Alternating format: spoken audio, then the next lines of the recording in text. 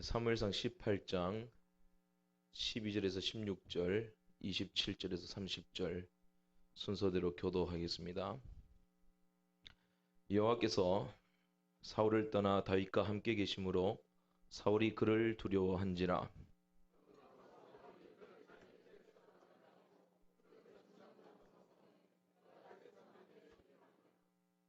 다윗이 그의 모든 일을 지혜롭게 행하니라. 여호와께서 그와 함께 계시니라.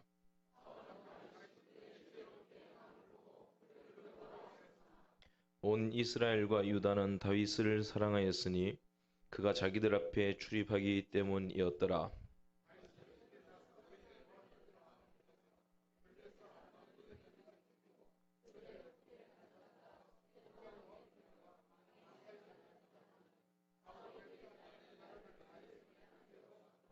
여호와께서 다윗과 함께 계심을 사울이 보고 알았고 사울의 딸 미갈도 그를 사랑하므로.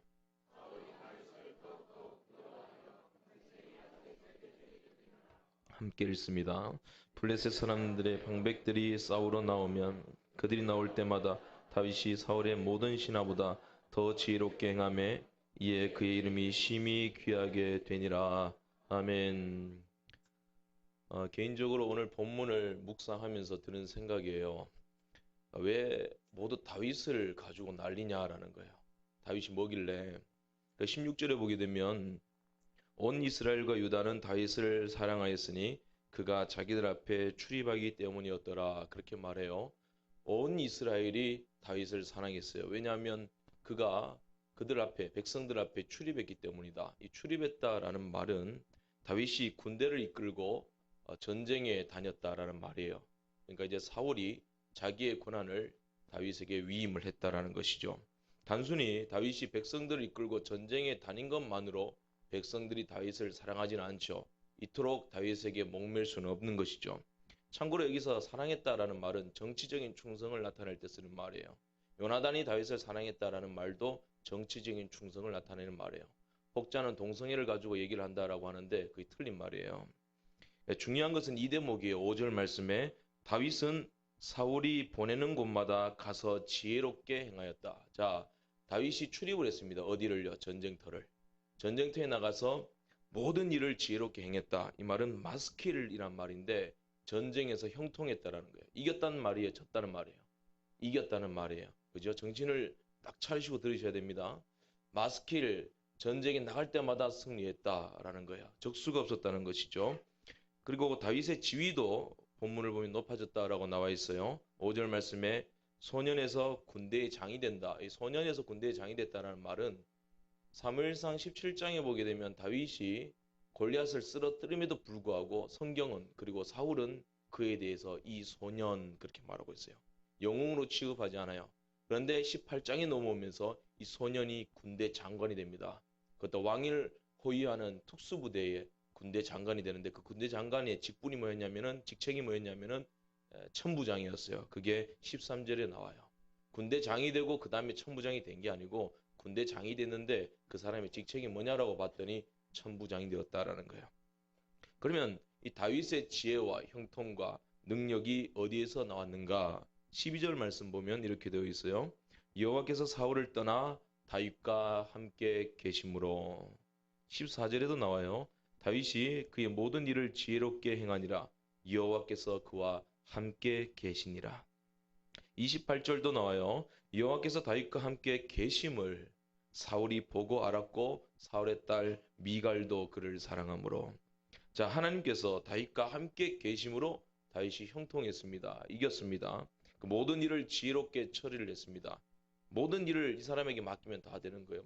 미국의 네이비실 부대처럼 모든 일들을 어려운 일들은 자기가 다 해결하는 거예요. 그리고 하나님이 다윗과 함께 계신다라는 이유만으로 다윗은 미움을 받습니다. 그냥 미움을 받는 것이 아니라 죽게 생겼어요. 죽겠다는 대적들이 많이 일어났어요. 그런데 그런 반면에 또 사랑을 받습니다. 온 국민의 사랑을 받아요. 자, 지금 온통 다윗 때문에 난리가 일어났어요. 미워하기도 하고 증오하기도 하고 사랑하기도 하고 목매기도 하고. 이 믿음이란 것이 이런 겁니다. 믿음은 단순히 몇 글자만으로 그리고 흑백 논리로 기도 많이 하는 것이 믿음이다. 순종해야 된다. 그리고 하나님을 믿고 하나님의 때를 기다려야 된다. 단순히 이런 식으로 믿음을 정의하는 것이 아니라는 것을 보여주는 거예요. 자, 믿음이라는 것은 공식이 아니에요. 공식으로 풀 수 있는 게 믿음이 아니라는 거예요. 성경이 다윗의 삶을 적나라하게 보여줍니다. 그의 과오들, 실수들, 범죄들, 형통들, 그가 받은 은혜들. 그런데 이 모든 모습들을 보게 되면 심지어 다윗이 지은 시편들을 보세요. 저주시들도 있어요. 원망 한탄합니다. 우리는 혼란스러워요. 왜 성경이 우리를 이렇게 혼란스럽게 이끌어가는 것일까? 이유는 뭘까? 다윗의 삶 전체를 통하여서 하나님께서 성도를 어떻게 인도해 나가시는지 보여주기 위함이에요. 우리가 믿음을 딱 정의할 수 없어요. 하나님의 지혜와 능력은 깊어요. 높아요. 하나님의 방법이 이런 것이고 믿음의 세계가 이런 것이다라는 것을 다윗의 삶을 통하여 보여주시는 것입니다. 그러면 하나님께서 다윗을 어떻게 인도하셨는가? 오늘 두 가지만 생각하고 마치겠습니다. 첫째로 은혜에 따른 책임을 보여주셨습니다. 은혜와 책임 얘기를 지금 하고 있는 겁니다. 은혜에 따른 책임을 보여주셨다는 것입니다. 사무엘상 16장에 사무엘이 뿔에 기름을 담아서 이새의 집으로 갑니다. 그 왜 방문했을까요? 아무에게도 공개하지는 않았지만 하나님께서 사무엘에게 명령하셨죠. 가서 다음 왕을 뽑아라. 이스라엘의 왕. 내가 사울 못 쓰겠다. 하나님께서 기름 부어서 세우실 왕을 찾으러 이새의 집에 들어갑니다. 근데 이새의 아들들이 하나둘씩 사무엘 앞에 지나가는데 아무도 이 감이 없는 거예요. 소위 말하면 감이 없는 거예요. 왕이 될 감이 없는 거예요. 첫째도 둘째도 셋째도 안 돼요. 아무도 없으니까 이제 조금 실망감이 찾아오는 것이죠. 그러니까 어찌할 수 없어서 저기 말자들 얼굴 피부가 붉고 용모가 아름다운 그 다윗을 목동 다윗을 양치고 있던 중에 불러내어서 옵니다. 아무도 그에게 기대하지도 않았어요. 그에게 왕이 될 만한 조건 아무것도 없었어요. 그런데 하나님 뭐라 말씀하시냐면 이가 그니 그에게 기름을 부어라 하십니다. 성경은 내가 내 종 다윗을 만나니 내 마음이 합한지라 내가 그를 통하여 내 모든 뜻을 이루리라 말씀하셨어요. 이게 뭐가 다윗이 어떤 조건 때문에 하나님이 그를 기뻐했어요? 이것은 다윗에게 조건을 찾을 수 있는 것이 아니에요. 하나님의 자기의 기쁘신 뜻에 의해서 다윗을 예정하시고 그냥 그를 불러내신 것밖에 없어요. 이것을 우리는 뭐라 말하느냐 하면 은혜다 그렇게 말하는 거예요. 값없이 주어지는 은혜, 무조건적 선택이라는 거예요. 분명히 다윗은 범죄를 많이 저질렀어요. 여러분 다윗 신앙의 절정 클라이막스가 어딜까요? 골리앗을 쓰러뜨린 걸까요? 아니에요. 밧세바 간음 사건이에요. 그때 그의 믿음이 절정을 이룹니다. 이게 무슨 말이냐면요. 왜 밧세바 간음 사건이 다윗의 신앙의 클라이막스가 되는가? 그건 하나님의 은혜 때문입니다. 우리의 믿음이 믿음 될 수 있는 것, 우리의 믿음이 숭고하게 여김 받을 수 있는 것은 우리에게 공로가 있어서가 아니에요. 하나님의 은혜 때문입니다. 그래서 죄가 더한 것에 은혜가 더욱 넘치게 되는 것이죠. 다윗이 범죄했습니다. 자신의 충신 우리아의 아내 밧세바를 범했죠. 우리아는 전쟁 중인데 더 맹렬한 전쟁의 일선에 보내서 죽게 만듭니다. 이것도 아이러니한 거죠. 정의로운 자가 죽었어요. 그럼에도 불구하고 하나님은 이 비열한 다윗, 잔인한 다윗 살인자를 버리지 않았어요. 오히려 후일에 보게 되면 그와 영원한 언약을 세웁니다. 사무엘하 7장에 보게 되면 영원히 그 위를 경고케 하리라 말씀하십니다. 이게 뭘까요? 이게 이해할 수 없는데 이게 은혜라는 거예요. 사무엘하 7장 15절 말씀에 보면 이런 말씀 나와요. 내가 내 앞에서 패한 사울에게서 내 은총을 빼앗은 것 같이 그에게서는 빼앗지 아니하리라. 하나님이 너무 편애하세요. 사울은 그 은총을 빼앗았는데 다윗에게서는 빼앗지 않아요. 하나님이 사울을 패하신 이유가 뭐예요? 성경은 이렇게 말합니다. 사무엘상 15장 23절에 그가 여호와의 말씀을 버렸기 때문이다. 이게 무슨 말이냐면 사무엘상 15장 22절 말씀에 보게 되면 순종하지 않았다라는 것을 암시하고 있어요. 순종이 제사보다 낫고 듣는 것이 수양의 기름보다 나으니 사울이 버림받은 이유가 뭐예요? 순종하지 않았기 때문이에요. 하나님의 말씀을 듣지 않았기 때문입니다. 사울은 순종하지 않아서 버림받았다. 그러면 다윗은 어떻습니까? 다윗은 순종 잘했나요? 다윗이 100% 순종한 사람이에요? 아니에요. 한술 더 뜯은 사람이에요. 아주 골치 아픈 인간이에요, 이 사람은. 다윗은요. 사울보다 여자 더 좋아했죠. 권력 더 좋아했죠. 돈 더 좋아했죠. 사람들 노비 부리는 거 보면 잔인하게 부렸어요. 이 다윗이. 사울이 아무리 악해도요. 밧세바를 범하고 인구조사까지 해서 백성들 7만 명 죽도록 만들고 괜한 충신 전쟁터에서 죽게 만들고 이런 비열한 음란한 다윗만큼 사울이 악하진 않아요. 사울이 다윗만큼 교만하진 않아요. 다윗이 내 왕국이다 그래서 인구조사한 거 아니에요? 하나님 7만 명 죽여버리시죠. 그런데도 하나님은 다윗을 폐하지 않아요. 이게 문제인 거예요. 이게 우리를 혼란스럽게 만드는 거예요. 그가 온전히 순종하지 못했습니다. 그럼에도 불구하고 하나님은 그가 온전치 못하는 그 순종을 도우셔서 결국에는 순종하도록 만드십니다. 이게 뭐냐면 불가항력적 은혜입니다. 결국에는 순종의 자리로 나오도록 설득하시고 가르치시고 감동하시고 회개하도록 만드셨다는 것이죠. 근데 사울에게는 그 어떤 시도조차 보이지 않습니다. 하나님께서. 이게 다윗에게 베푸신 하나님의 은혜다라는 것이죠.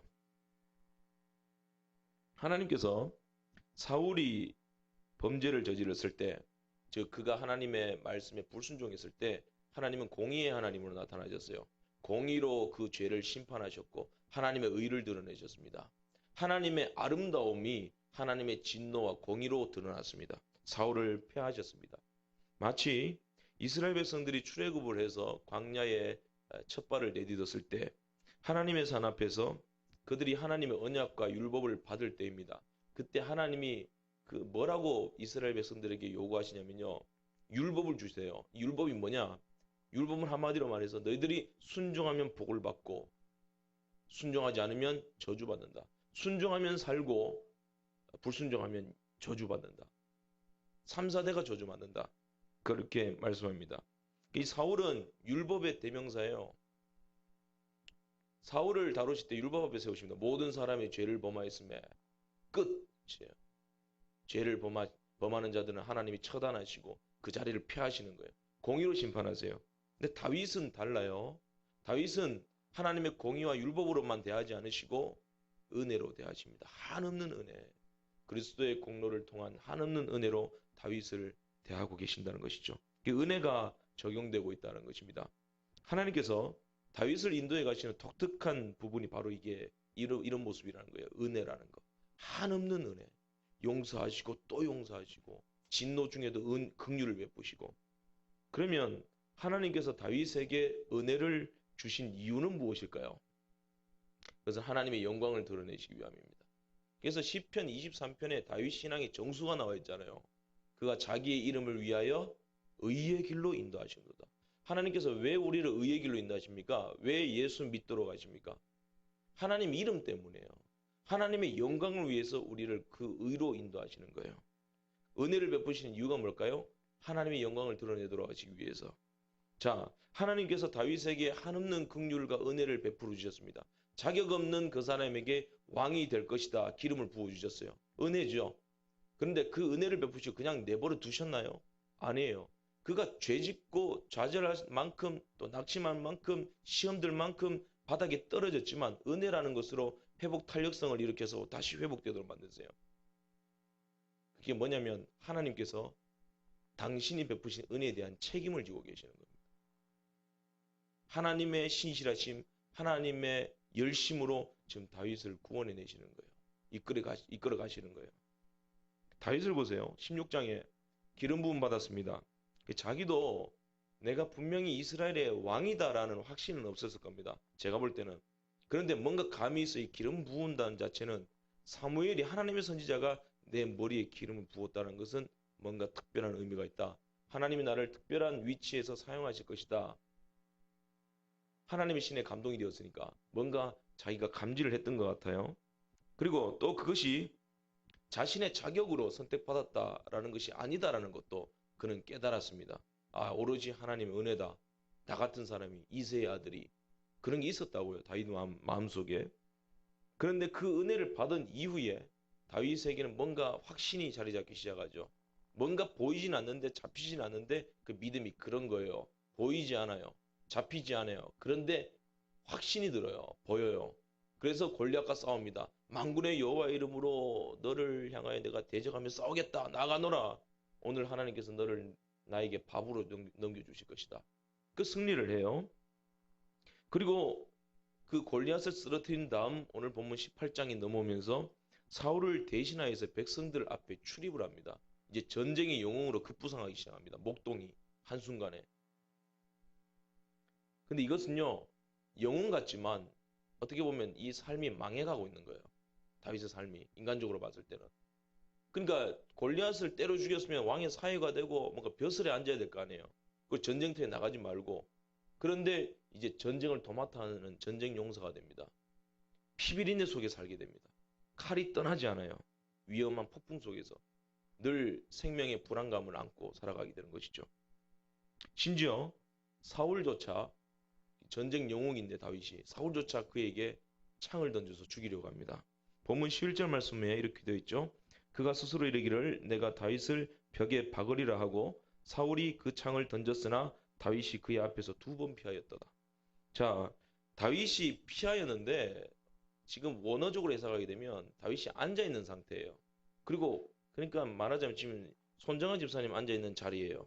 요 정도 위치가 되는 거예요. 다윗이 제가 여기서 칼이라고 창을 들고 던지면 맞겠어요, 안 맞겠어요? 맞아요. 맞죠? 무슨 말인가요? 맞아요. 그러니까 이제 빗나갈 수가 없는 자리예요. 그런데 다윗이 앉아서 수금을 타고 있는데 이, 이 날아오는 창을 피했다는 거예요. 그것도 2번이나. 이게 무슨 말이냐면요. 기적적으로 피했다는 거예요. 이게 빗나갈 수 없는 자리예요. 빗나가는 것이 이상한 거예요. 그런데 다윗이 2번이나 피했다는 거예요. 이건 무슨 말이냐면 하나님의 도우심으로 하나님이 그에게 은혜를 베푸시고 그의 생명을 책임지심으로 그가 기적적으로 피했다는 거예요. 사울이 놓칠 리가 없는데 사울은 늘 평생 그렇게 생각했겠죠. 잡힐 듯한데 잡힐 듯한데 다윗이 잡히지가 않는다. 그가 알았죠. 왜? 하나님이 그와 함께 하심을 봤기 때문에. 자, 12절에 여호와께서 사울을 떠나 다윗과 함께 계심으로 되어 있습니다. 사무엘상 19장에 보게 되면 사울은 이제 다윗이 자기의 사위가 되죠. 그 미갈과 결혼을 해서 메락과의 결혼이 실패하고 미갈과 결혼해서 사위가 됩니다. 근데 자기 사위를 죽이려고 해요. 죽이려고 하는데 18장과 똑같은 방법을 씁니다. 19장 10절에 보게 되면 단창을 들고 다윗에게 던져버립니다. 근데 단창은 벽에 박히게 되고 다윗은 피하여서 도망칩니다. 또 그걸 사울이 추격을 하네요. 그러니까 이 미갈이 애가 타는 거예요. 미갈이 다윗의 부인 미갈이 사울의 딸이죠. 그 안 되겠다 해서 창문에다가 다윗을 달아서 도망시킵니다. 다윗이 도망가는데 어디로 도망가냐면 라마나요스로 도망갑니다. 라마는 사무엘의 고향이죠. 나요시라는 말은 선지자들 선지학교라는 뜻이에요. 그러니까 라마나요스에 라마에 있는 나요시라는 신학교예요. 거기에 선지자들을 모아놓고 가르치는 학교입니다. 거기에 다윗이 숨습니다. 사무엘이 그를 보호하게 되는 것이죠. 하나님은 때에 따라 다윗을 보호하십니다. 사무엘을 써서 보호하시고 이게 시작이죠. 계속해서 다윗을 보호하시는데 그 주요 인물로 누구를 사용하시냐면 요나단을 사용하시죠. 요나단이 다윗에게 충성을 맹세했습니다. 자기의 갑옷을 내어준다는 것은 이가 앞으로 이 나라의 왕입니다라는 것을 상징하는 모습이거든요. 예수님이 예복을 벗어주듯이 아니면 세례 요한이 예수님을 가리켜서 세상지를 지어가는 하나님의 어린 양이로다. 그는 흥하여야 하겠고 나는 쇠하여야 할 것이다. 이렇게 예수님을 드러내는 것처럼 다윗을 왕으로 드러내는 거예요. 그러니까 요나단이 다윗을 얼마나 사랑했는지 그 이유를 알 수가 없는 것이죠. 이 신비스러운 사랑과 충성심으로 때마다 다윗을 보호하도록 하나님이 역사하셨습니다. 미갈 보세요. 미갈. 입이 문제죠. 미갈. 나중에. 그런데 이 미갈이 다윗을 사랑해요. 그래서 하나님이 다윗을 사랑하는 미갈을 들어서 또 다윗을 보호하십니다. 이게 무슨 말이냐면 위험천만한 길로 다윗을 인도하시는데 그냥 내버려 두시는 것이 아니라 다윗을 때마다 책임지고 보호하신다는 거예요. 시편에 다윗의 시가 많은 이유가 뭘까요? 그 은혜가 넘쳤기 때문이죠. 은혜가 언제 넘쳐요? 고난당할 때 은혜가 넘치죠. 위험을 당할 때 은혜 넘치고 아기스에게 끌려가서 죽을 뻔할 때 내가 미친 척해서 나왔다가 하나님께 찬송하고 여호와는 나의 구원의 뿌리시오. 막 시를 짓잖아요. 다윗이. 험한 삶과 골짜기를 지나는 동안 우리에게 보여주신 하나님의 은혜가 책임 있게 작용을 할 때 은혜는 더욱 빛을 발하는 겁니다. 괴테는 아주 특이한 사람이었습니다. 이 괴테가 여자를 좋아했는데요. 이게 본능이에요, 그 사람이. 여자 좋아하는 본능. 그러니까 이제 괴테가 뭐라고 말했냐면 내가 여자에 대한 이 사랑의 불은 평생 꺼지지가 않는다. 그러니까 불 타올랐다는 것이죠. 그래서 여자를 통해서 자기가 불이 된대요. 그리고 시를 통해서 자기가 자기 자신이 빛이 된대요. 그러니까 여자를 통해서 내가 불이 되고 시를 통해서 내가 빛이 된다. 여자와 시, 여자와 술이 아니라 여자와 시예요. 그러니까 이게 인물이 되는 건데 그게 이제 자기가 여자와 시 그리고 그의 삶의 진실 이것이 입체적으로 드러난 것이 파우스트라는 작품이에요. 그가 23세 때 일어난 일인데 베칠라츠 고등법원에서 캐스트너라는 사람을 사귀게 됩니다. 이 캐스트너라는 사람에게 이제 약혼을 한 사람이 있어요. 샤롯데라는 사람이. 샤롯데, 그죠? 제 롯데 카드가 이전에 있었는데 그게 샤롯데였어요. 여성들 전용 샤롯데. 여기서 나온 것 같아요. 이 샤롯데와의 이제 우정을 갖게 되는 것이 쌓게 되는데 이 우정이 애정으로 발전하게 됩니다. 그러니까 삼각관계가 형성되는 것이죠. 그런데 이 캐스트너 남편이 될 사람은 몰라요. 그러니까 이제 이 샤롯데하고 이 괴테하고 이제 그 애정이 오가는 것이죠. 그러니까 괴로운 것이죠. 그런데 이 샤롯데가 결국에는 그 캐스트너와 결혼을 합니다. 결혼하니까 이제 괴테가 충격에 휩싸이게 되죠. 근데 괴테만 충격에 휩싸이는 것이 아니라 괴테의 친구 예루살렘이라는 사람이 있었어요. 이 사람도 이 샤롯데를 좋아했는 거예요. 이 샤롯데가 결혼을 안 해요. 끙끙 앓다가 자살을 해버려요. 그러니까 이제 이 괴테가 느끼기로는 이게 넘일이 아니다. 나도 샤롯데 좋아했는데. 그러다가 이제 자기가 공감하는 심정으로 이제 작품을 써내려갑니다. 그게 젊은 베르테르의 슬픔이에요. 이게 23세에 썼는데 1년 만에 이제 나왔죠. 그게 이제 25세에 세상에 나왔을 때는 엄청난 인기를 거두게 되죠. 나폴레옹도 이 작품을 7번이나 읽었대요. 자, 이제 뭘 말씀드리고 싶으면요. 뭐 작품이라는 거 마찬가지, 시라는 것도 마찬가지요. 작품이 그냥 나와요. 시가 그냥 나와요. 슬픔과 비통과 그 배신과 또 사랑과 우울함과 자살하고 싶은 자살의 무턱까지 여기까지 갔다가 이런 것들이 다 조합을 이루어서 괴테가 괴테되게 한 것입니다. 유명한 시인이 되게 하신 것입니다. 다윗도 마찬가지예요. 그의 삶에 비극이 많았어요. 원래 시인에게는 비극이 많아요.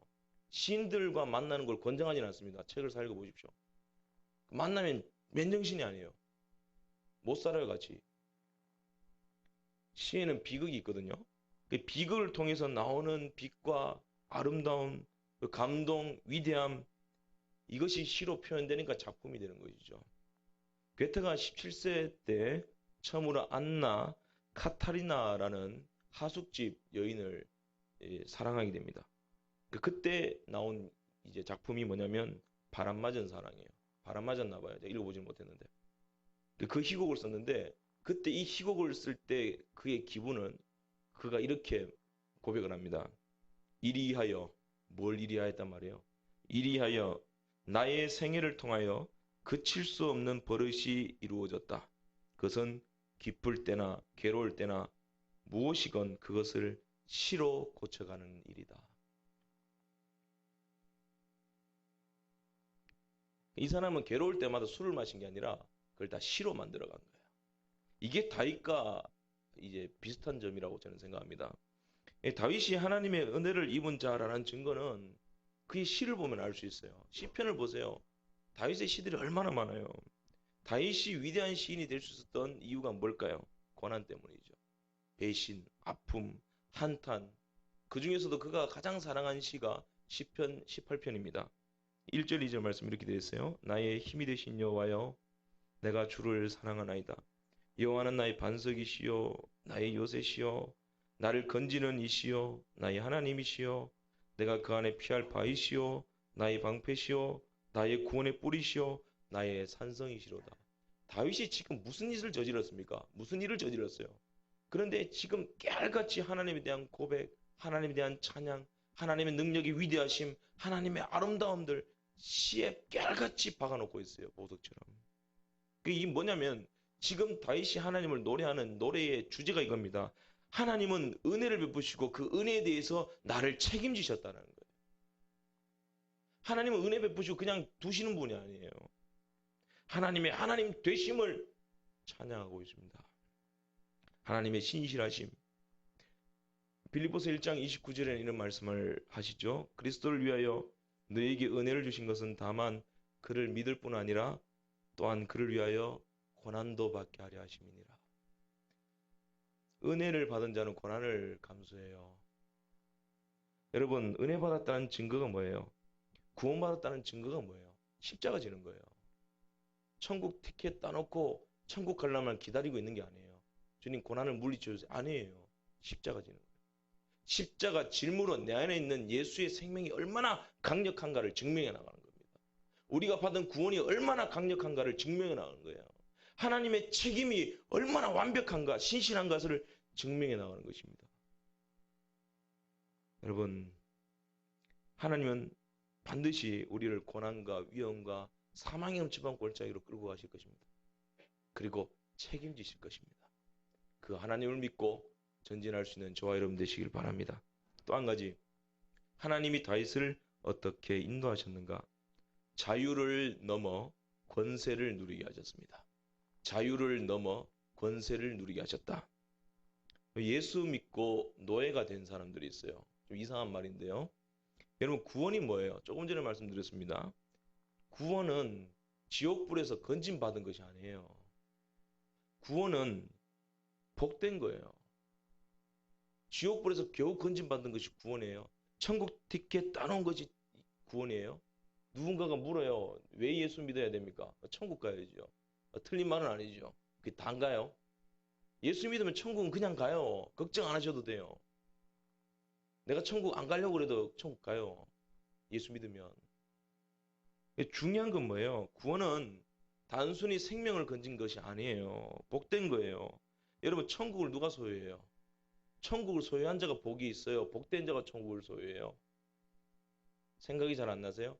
성경 읽은 지 오래되셔가지고 기억이 잘 안 나세요? 복된 자가 천국을 소유하잖아요. 천국을 소유한 자가 복된 게 아니에요. 심령이 가난한 자는 복이 있나니 그다음 뭐예요? 천국이죠, 이것이며. 복된 자가 천국을 누려요. 여러분, 복됨이 자유입니다. 천국 가는 게 자유가 아니에요. 천국 티켓 따놓았다, 이게 노예가 되는 겁니다.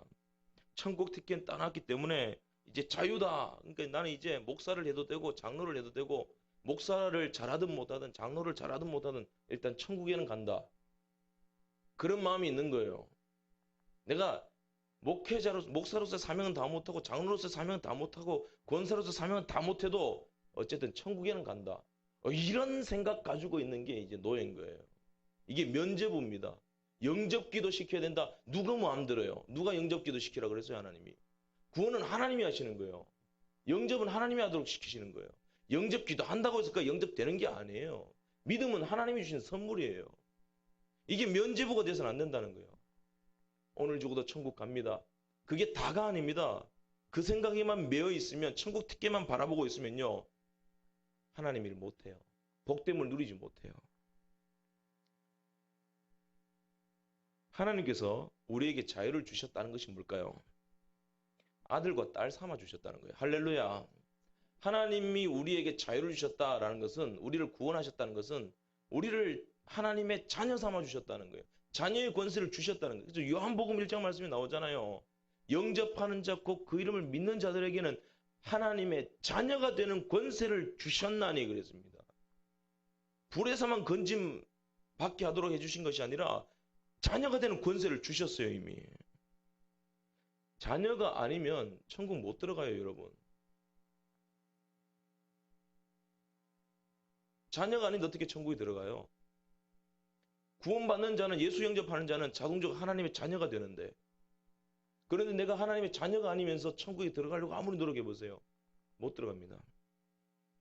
구원은 자녀에게만 허락되는 겁니다. 십자가 진다는 것이 뭘까요? 주님은 십자가 진다는 것을 마태복음 11장 28절 이하 이렇게 말씀합니다. 수고하고 무거운 짐진 자들아 다 내게로 오라.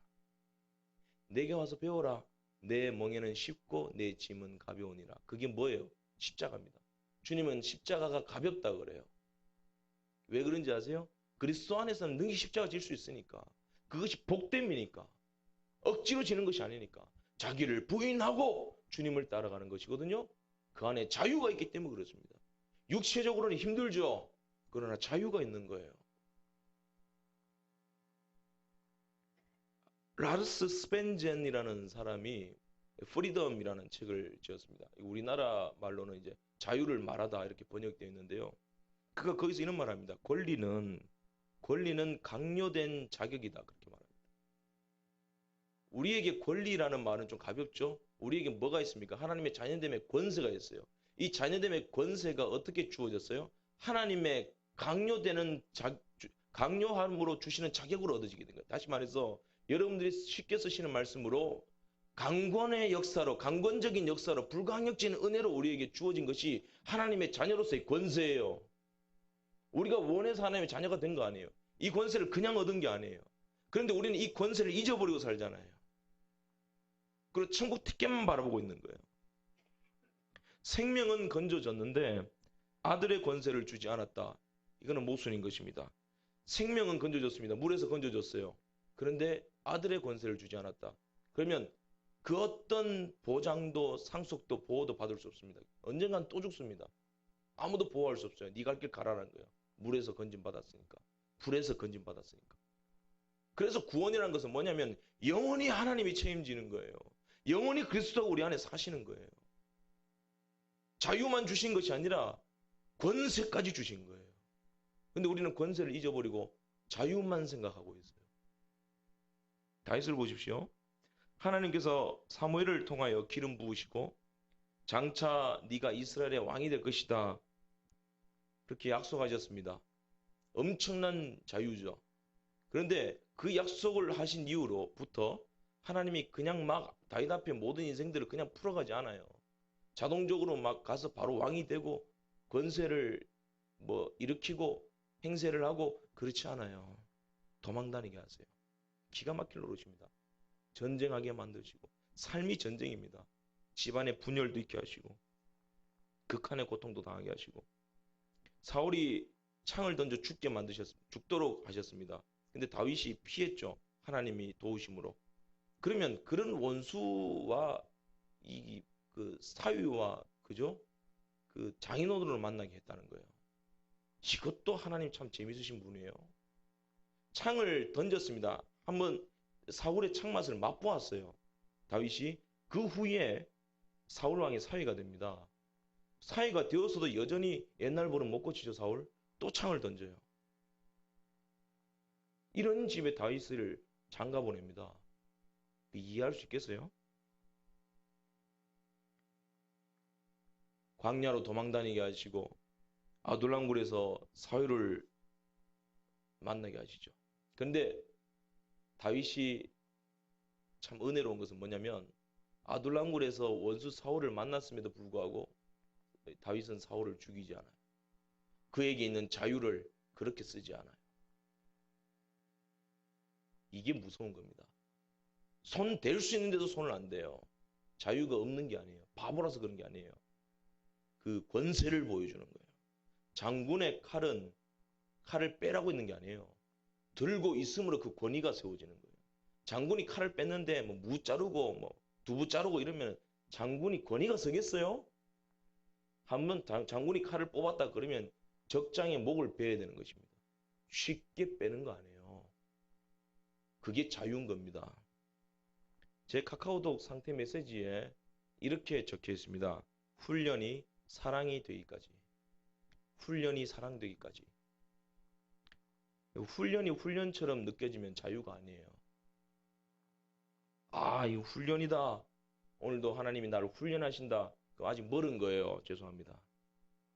근데 이건 사랑이다. 그러면 된 거예요. 그게 자유인 거예요. 사랑이 권리입니다. 사랑이 권세예요. 사랑이 자유고 사랑이 힘이에요. 사랑이 되어야 됩니다. 다윗은 일생 동안 기름 부음을 3번 받죠. 자기 집에서 사무엘에게 받죠. 1차적으로. 그 후 10년 이상 지납니다. 10년이 지나서 이제 유다 지파에 의해서 헤브론에서 그가 그 유다 지파의 왕으로 이제 기름 부음 받게 되는 것이죠. 그리고 7년 반이 지납니다. 7년 반이 지나서 이제 그가 전 이스라엘의 이제 왕이 되는 것이죠. 기름 부음을 받죠. 그리고 33년을 이스라엘 다스립니다. 통일 이스라엘 왕국을 다스리죠. 자, 하나님께서 다윗에게 그 이새의 집에서 자기 집에서 자기 집 마당에서 그 기름을 부으시고 그냥 그대로 왕으로 쭉 가도록 하지 않으셨어요. 바로 통일 이스라엘의 왕으로 세우지 않으셨어요. 충분히 험한 산을 넘도록 만드십니다. 군대를 지휘하게 하시고 전쟁에도 나가게 하시고 그리고 망명생활도 겪게 만드십니다. 그러니까 장차 왕이 겪을 수 있는 모든 환난과 책임과 모험들에 대한 리허설을 하도록 만드시는 거예요. 이 모든 것들을 다 갖춘 후에 왕으로 세우십니다. 그게 자유인 거죠. 특별히 다윗의 왕으로서의 자질을 철저히 준비했던 기간이 망명 생활입니다. 그때 이 다윗을 따르던 사람들이 많이 있었죠. 다윗을 따르던 사람들은 남자들만 따른 것이 아니라 이 남자들이 자기 식구들, 처자식들 다 데리고 와서 다윗 따라다녔어요. 사무엘상 27장 3절을 보게 되면 다윗과 그의 사람들이 저마다 가족을 거느리고 가드에서 아기스와 동거하는데, 자, 자기 가족들을 다 거느리고 다윗 따라다녔어요. 다윗과 같이 있던 사람들도 자기 가족을 데려갔다라는 것을 보게 되면 지금 이제 상황이 심각한 거예요. 사울이 다윗만 죽이는 것이 아니라 다윗과 함께하는 자들 다 죽였는 거예요. 그러니까 위험한 거예요. 겁이 나는 거예요. 그래서 모든 원통하고 비통한 자들이 누구 때문에? 다윗 때문에. 그런데 그런 자들이 다윗에게 몰려들고 있어요. 처자식들까지 다 데리고. 그렇게 다윗에게 몰려든 사람들이 22장 2절에는 400명가량이 되었다라고 보도하고 있고, 좀 더 시간이 지나서 이제 그일라에서는 어느새 이 숫자가 200명 늘어나서 600명가량 되었다. 광야에 있음에도 불구하고 다윗에게는 계속해서 사람들이 몰려듭니다. 그런데 정상적인 사람들이 몰려들지 않아요. 사무엘상 22장 2절 말씀에 이렇게 나와 있습니다. 환난당한 모든 자와 빚진 모든 자와 마음이 원통한 자가 다 그에게로 모였고. 교회에 이런 분들만 온다고 생각해 보세요. 골치 아프겠죠. 죄송합니다. 감당할 수 있겠어요? 여러분. 이 사람들의 특징은 과열됐다는 거예요. 사울에 대해서 이를 뽀득뽀득 갈고 있는 사람이에요. 지금 정치 체제에 대해서 막 격분하고 있는 사람들인 거예요. 금방이라도 현실을 깨부수고 그리고 모든 것을 세상을 변화시키려고 하는 그런 준비가 되어 있는 사람들이에요. 분노하고 있는 사람들이에요. 그래서 자칫 잘못해서 이들에게 공의를 때려서 이들에게 폭발을 일으키게 되면은 이들이 과격해져서 이제 혁명 분자가 될 가능성이 높은 사람들인 거죠. 옛날에 우리나라로 말하면 군도 같은 이제 그 방랑자들이 될 수 있는 거죠. 다 죽이고 때려 부수고. 사회주의가 이렇게 시작됐거든요. 충분히 다윗 입장에서는요, 이렇게 생각할 수 있어요. 아, 하나님이 이런 거친 사람들, 힘 있는 사람들, 그리고 복수심에 불타는 사람들을 나에게 다 몰려들게 한 것은 하나님의 뜻이다. 내가 이들을 몰고 가서 사울 쳐부수자, 테러를 일으키자. 그런 생각할 수 있었을 것입니다. 근데 다윗은 그런 생각하지 않아요.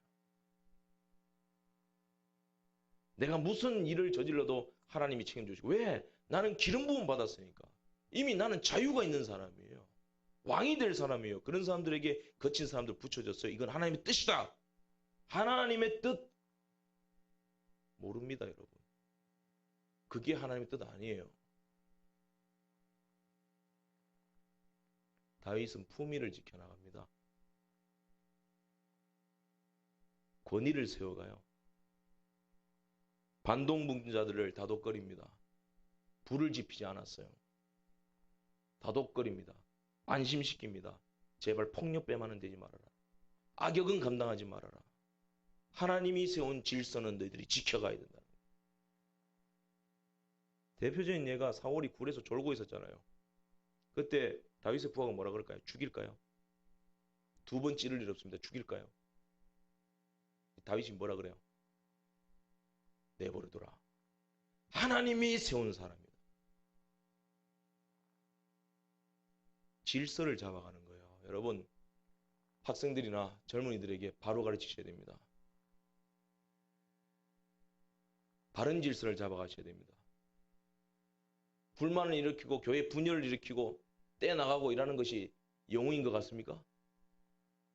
아니에요. 질서를 잡아가야 되는 거예요.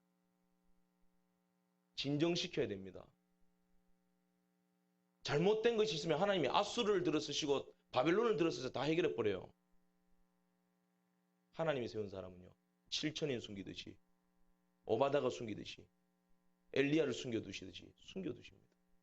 이걸 아셔야 됩니다. 자유란 이런 겁니다. 무조건 칼을 휘두르고 약속 믿고 까부는 게 아니에요. 다윗은 그러지 않았어요. 품위를 지켰습니다. 왕이 되려면 왕보다 더욱 왕다운 사람이 되어야 되는 거예요. 최소한 지금 사울 왕보다는 더 왕다운 사람으로 준비되어야 됩니다. 사울보다는 더 카리스마가 있어야 되는 거예요. 권위가 있어야 됩니다. 쳐다만 봐도. 근데 다윗은 그런 사람이 되었어요. 온 백성들이 그를 향한 충성을 맹세합니다. 고난 당해봐야죠. 고난을 당해봐야 백성들의 어려운 심중을 알 수 있게 되는 것이죠. 아파봐야죠. 많이 흔들려 봐야죠. 한 번도 흔들린 적이 없다. 거짓말입니다. 어떻게 안 흔들릴 수가 있어요? 흔들립니다. 흔들리기 때문에 주님이 붙잡아 주시는 거예요. 흔들려야 됩니다. 김난도 교수가 그러잖아요. 1000번은 흔들려야 어른이 된다 그러잖아요. 흔들려야 됩니다. 억울한 사람, 한 많은 사람, 시도 때도 없이 와서 이런 말 저런 말, 기가 막힌 말 다 하죠. 다윗이 어떻게 했습니까? 맞다. 우리 오늘 한번 새 역사를 만들어 가보자. 그러지 않았습니다. 아니면 무엄하게 귀찮아하지 마 기도해 하지 않았어요. 다 받아줍니다. 그리고 다독거립니다. 그들이 여호와의 군대가 되게 만듭니다. 그 사람들 얘기 다 들어주면 내 시간이 있겠어요, 여러분? 다윗 얼마나 답답했을까요? 다윗에게 자유가 없어 보였죠. 자유가 박탈된 것 같았죠. 그런데 그렇지 않아요. 그로 인하여 더욱 권위가 생기는 거예요. 더욱 큰 권세가 생기는 거예요. 아, 왕답다. 거기에 자유가 있는 것입니다. 다윗도 자기와 함께한 600명의 사람들 데리고 전쟁터와 험한 골짜기로 데리고 다녔어요. 근데 그들이 따라오네요. 물론 시글락에서 다윗 죽이려고 그랬죠. 근데 다윗이 그 앞에 하나님 앞에 없답니다. 다윗이 여호와로 말미암아 새 힘을 얻었더라. 그리고 다시 회복이 돼요. 그 권위를 하나님이 세워주신 겁니다. 노아가 방주를 지었죠. 노아는 하나님, 성경은 보도하기를 노아는 하나님께 은혜를 입었다라고 되어 있어요. 자유를 얻은 사람이에요. 근데 그 자유를 100년이 넘는 세월 동안 산꼭대기에서 방주 만드는 데 썼어요. 세상 사람들이 자유로웠습니다. 먹고 장가가고 시집가고 놀았습니다. 즐겼습니다. 인간의 눈으로 볼 땐 그들에게 자유가 있었죠.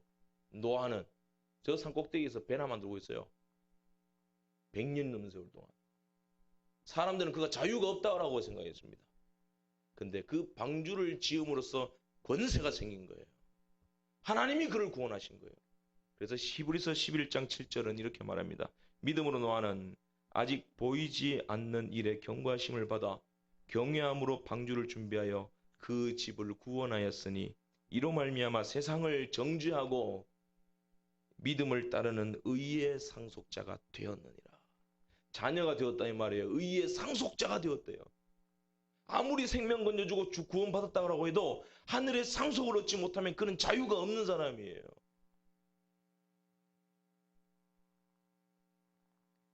산은 흔들리지 않아요.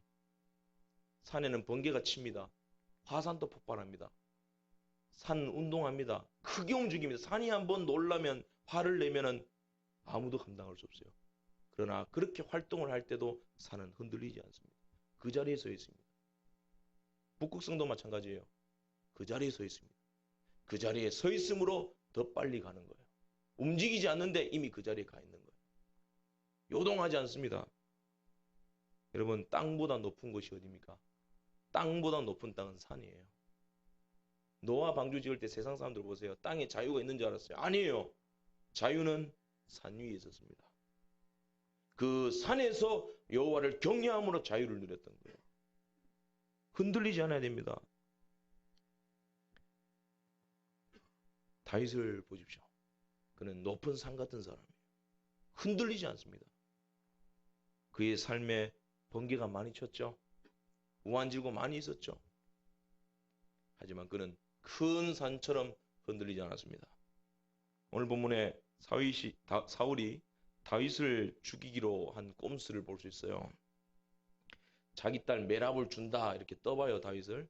다윗이 별로 싫어하지 않아요. 아, 나 좋아요. 출세하고 싶은 거죠. 예. 그런데 다윗이 아하 요것 봐라 그래가지고 메랍이 미리 결혼하려고 했던 사람이 있었어요. 그 사람에게 줘버립니다. 다윗이 뒤통수 얻어맞은 거죠. 다윗도 속으로 그랬겠죠. 아, 이것 봐라. 그러다가 사울이 점차 다윗을 간보고 있던 중에 이제 마침 20절 말씀에 미갈이 다윗을 사랑한다 라는 소식을 듣게 됩니다. 이때 사랑한다는 말도 그냥 이성적으로만 사랑한다는 것이 아니라 그를 정치적 인물로 충성하고 존경한다는 뜻이에요. 그때 아하 좋다. 내가 내 딸 미갈을 이용하자. 이런 나쁜 사람이 어디 있어요. 그래서 이제 다윗에게 제안을 하죠. 23절에 네가 이제 왕의 사위가 됐으면 좋겠다. 신하를 시켜가지고 은밀하게 말하죠. 미갈을 너에게 줄 것이다. 왕의 사위가 될 것이다. 그때 이제 23절에 다윗이 뭐라고 대답하냐면요. 나는 가난하고 천하다 이런 말이에요. 거절을 안 해요. 왕의 사위가 되고는 싶어요. 자기한테 창 던진 사람인데. 이해할 수 없는 사람이죠. 왕의 사위가 되고는 싶은데 무슨 말이냐면 왕의 형편에 맞출 만큼 패백을 준비하지 못한다는 거예요. 다윗은 가난하니까. 그러니까 25절에 사울이 뭐라고 말하냐면 다 필요 없다. 그냥 네가 몸으로 때워라. 어떻게 몸으로 때워요? 전쟁에 나가서 블레셋과 싸우면서 블레셋 군인 100명을 죽여라. 그리고 그 증표로 그 사람들의 포피를 100개 배워와라. 그러면 내가 내 딸 누구죠? 미갈을 너에게 사위로 주겠다. 왜 포피를 배우라고 했을까요? 그 당시에 그 적들을 죽이면 이제 그 적의 머리 가죽을 배워옵니다. 이렇게. 그죠? 머리 가죽을 이렇게 배워요. 회 뜨듯이 머리 가죽을. 그런데 지금 양피를 배우라 그래요. 포피를 배우라 그래요. 왜 그럴까요? 블레셋 사람들은 이방 민족이기 때문에 할례를 행하지 않아요. 그래서 머리에 두피를 베어서 가게 되면 이게 이스라엘 사람인지 블레셋 사람인지 구분이 안 가는 거예요. 근데 이스라엘 사람들은 할례를 행하잖아요. 그러니까 포피를 베어보면 확실하다는 거예요. 그러니까 다윗이 혹이라도 사기를 못 치도록 거짓말 못 하도록. 그러니까 이 말은 뭐냐면 사울은 지금 다윗을 확실히 죽이겠다는 거예요. 전쟁에 나가서 네가 100명 죽일 수 있을 것 같으냐? 그 치열한 전쟁, 바이킹 민족들. 근데 다윗은 오케이 가버립니다. No problem 갑니다. 그리고는 200명을 죽여버립니다. 200명의 포피를 베어서 다윗 사울 앞에 던집니다. 그리고 이렇게 말하죠. 27절 내가 왕의 사위가 되겠나이다 받아주시옵소서. 기절초풍할 일이에요. 뭐 이런 인간이 다 있어요. 이 권세가 어디서 나왔어요? 28절에 여호와께서 다윗과 함께 계심을 사울이 보고 알았다. 하나님이 사울과 함께 계셨죠. 육체적으로는 그에게 자유가 없었습니다. 이용당했습니다. 고난받고 위험당하고 음모에 노출이 되었었습니다. 그런데 그것이 오히려 그에게 더 큰 자유가 있다라는 것을 증명하는 꼴이 되고 말하는 것입니다. 하나님이 그와 함께 하셨다. 이 사실을 사울도 보고 딸 미갈도 보고 요나단도 보고 신하들도 보고 백성들도 다 봤어요. 그리고 30절 말씀에 이렇게 되어 있습니다. 블레셋 사람들의 방백들이 싸우러 나오면 그들이 나올 때마다 다윗이 사울의 모든 신하보다 더 지혜롭게 행하며 이에 그의 이름이 심히 귀하게 되니라. 자, 벌써 사울의 모든 신하와 다윗의 왕국을 갈라놓고 계십니다. 이미 다윗에게 왕의 권세를 주셨는 거예요. 다윗의 나라, 사울의 나라 갈라놓고 계십니다. 성경이 예리합니다. 교회를 보십시오. 내가 교회를 바꿀 수 있다 착각하지 마십시오. 내가 나라를 바꿀 수 있고 내가 내 가정을 바꿀 수 있다, 아내를 바꿀 수 있다 착각하지 마십시오. 내가 전체를 변화시키겠다. 이게 사회주의에서 나온 거예요. 가정도 교회도 전체를 내가 바꿀 수 있다? 아닙니다. 새로운 나라와 새로운 교회, 새로운 가정을 만들겠다? 아니에요. 통일을 원하십니까? 통일은 하나로 만드는 게 아니에요. 하나님께 돌아가는 것입니다. 자유민주주의로 돌아가는 것이지 하나가 되는 게 아니에요. 여러분 착각하시면 안 돼요. 돌아가는 것입니다. 진리로. 아까 괴테 이야기가 나와서 한 말씀 더 드리겠습니다. 괴테가 인생 말년에 이렇게 말합니다. 내가 평생을 살아보니까 정신을 차리고 산 세월이 불과 2주밖에 되지 않는다. 여러분 실존이 뭐예요? 실존은 정신 차리고 사는 날이에요. 사는 거예요. 실존은 정신 차리는 거예요. 우린 정신 차려야 됩니다. 성경도 정신 차려라 그러잖아요. 깨어 있어라. 예수님 십자가 지실 때 한시도 깨어 있을 수 없더냐. 전체를 통일시킨다. 이것은 허황된 꿈이고 망상입니다. 허상입니다. 우상입니다. 아담 스미스, 그러니까 도덕 감정론을 쓴 사람이죠. 이렇게 말합니다. 개인이 온전해질 때 전체가 온전해진다. 한 사람 한 사람이 열심히 일해서 발전하고 돈을 잘 벌어야 전체 경제가 산다라는 거예요. 전체를 살리겠다. 그렇게 해서 이제 사회주의가 나온 거예요. 아니에요. 자기 스스로 자기 갈 길을 잘 가야 되는 거예요. 자기 권위를 세워야 되는 거예요. 자기 권세를 세워야 되는 거예요. 모두의 자유를 내가 책임지겠다. 우리가 만들어. 아니에요.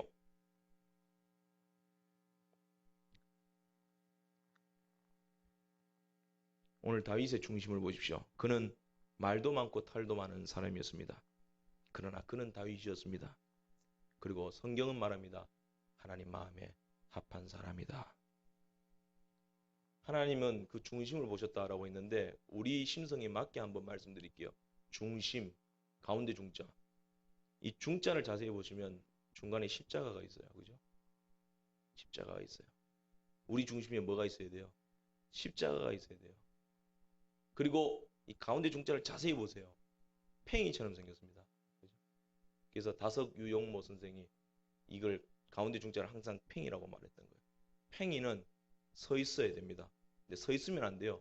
돌아야 돼요. 돌기 위해서는 어떻게 해야 됩니까? 채찍으로 쳐야 됩니다. 십자가는 뭐예요? 그가 채찍을 맞음으로 우리가 나음을 입었도다. 채찍에 맞음으로 자유를 얻는 거예요. 채찍에 맞는 권세가 있으므로 자유를 얻는 것입니다. 우린 끊임없이 맞아야 됩니다. 끊임없이 자기를 쳐서 복종시켜야 돼요. 험한 산과 골짜기 가야 돼요. 그럼에도 불구하고 주님 뭐라 말씀하십니까? 물이 너를 침몰치 못할 것이다. 불이 너를 사르지 못할 것이다. 너는 내 것이라.